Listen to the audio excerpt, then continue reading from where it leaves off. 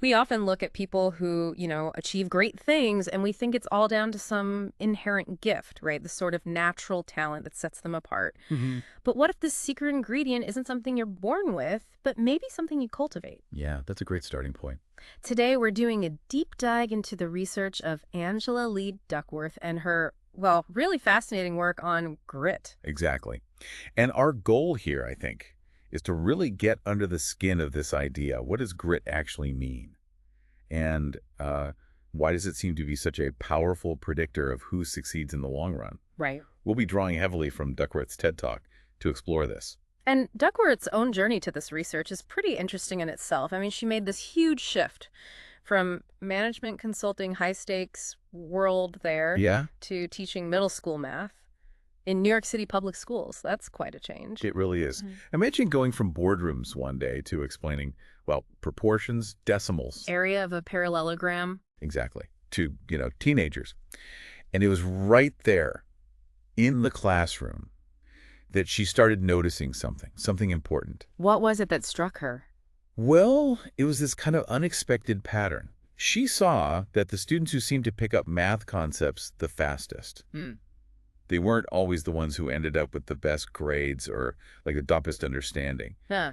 And sometimes the students who maybe struggled a bit more initially, they actually ended up surpassing the ones who seemed more naturally gifted. Interesting. Yeah, so it got her thinking, fundamentally, about what really drives success. Right. It made her wonder if maybe there was more to excelling, not just in school, but, in life than just how quickly you learn things. Hmm. So she made another big move, left teaching to study psychology. Yeah, a bold move.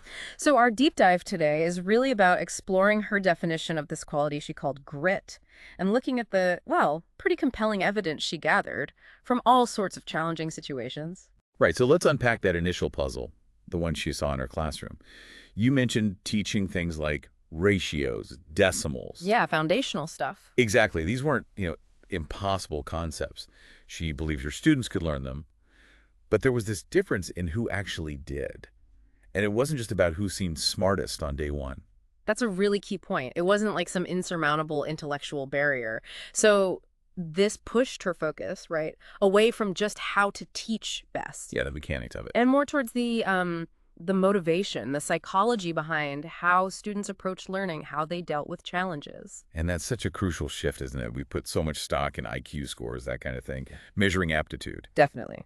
But her observations were suggesting something else was going on, something beyond just raw intelligence, that played a big role in tackling obstacles and reaching long-term goals. So that central question became the driver for her research. Is learning quickly and easily the only thing that determines success? Or even the main thing? Precisely. Which brings us to the heart of it. Defining this something else. What is grit, according to Angela Duckworth?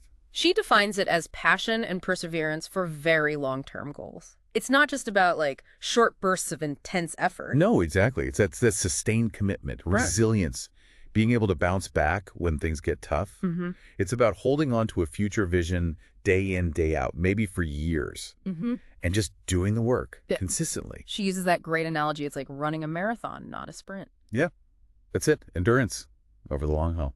And the evidence she's pulled together for this idea is pretty striking. Comes from all sorts of different, really demanding places. It's the variety that's so interesting. It wasn't just schools. Her team went to West Point, the U.S. Military Academy. Right. Notoriously tough place. Incredibly demanding, physically, mentally. Oh. They wanted to see if they could predict which cadets would actually make it through the whole program. And the predictor wasn't, what, their SAT scores or physical tests alone? Well, those mattered, I'm sure. But what really stood out as a significant predictor of who would stay the course, who wouldn't drop out during that intense Beast Barracks summer. Yeah.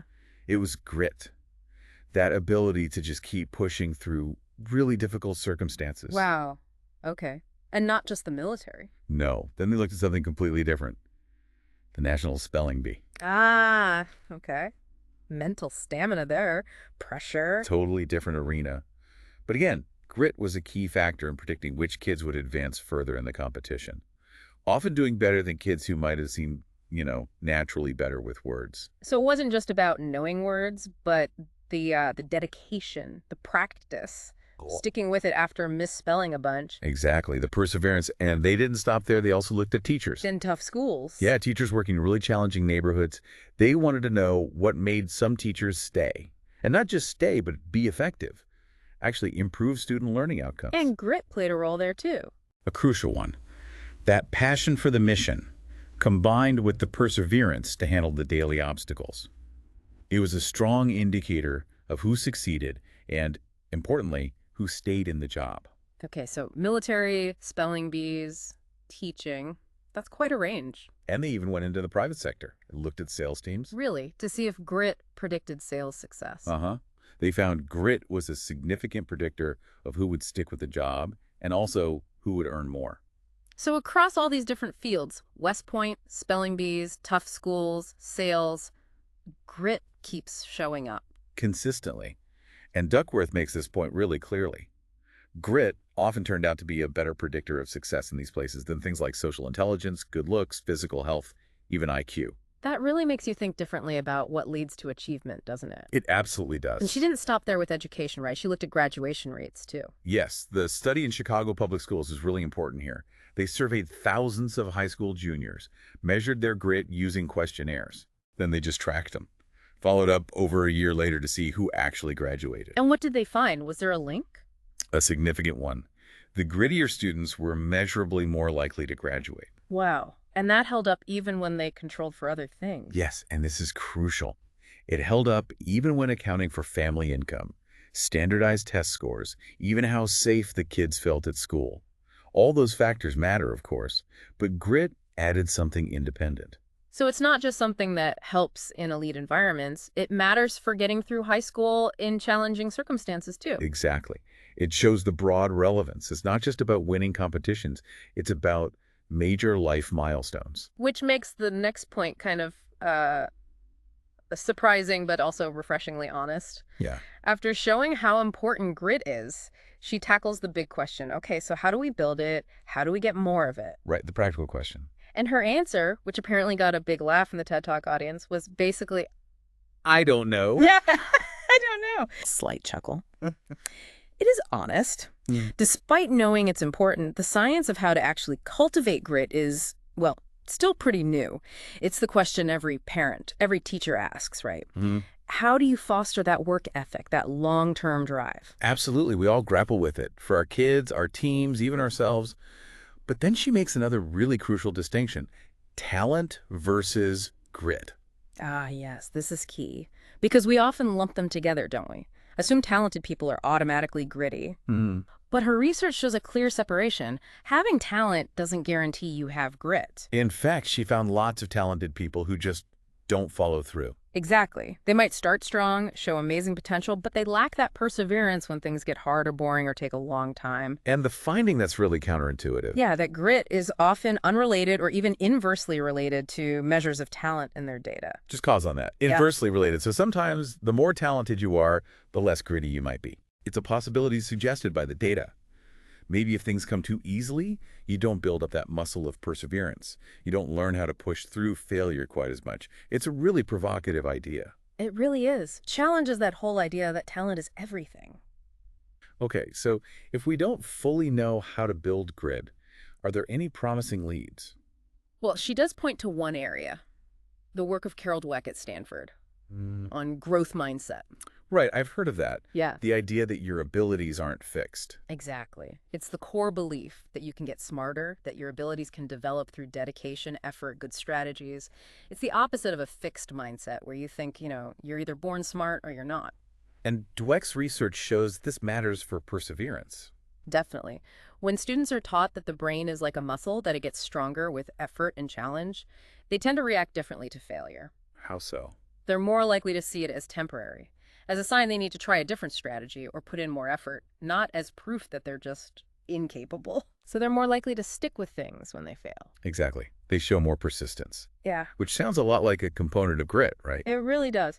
So fostering a growth mindset seems like it could be a pathway towards building grit.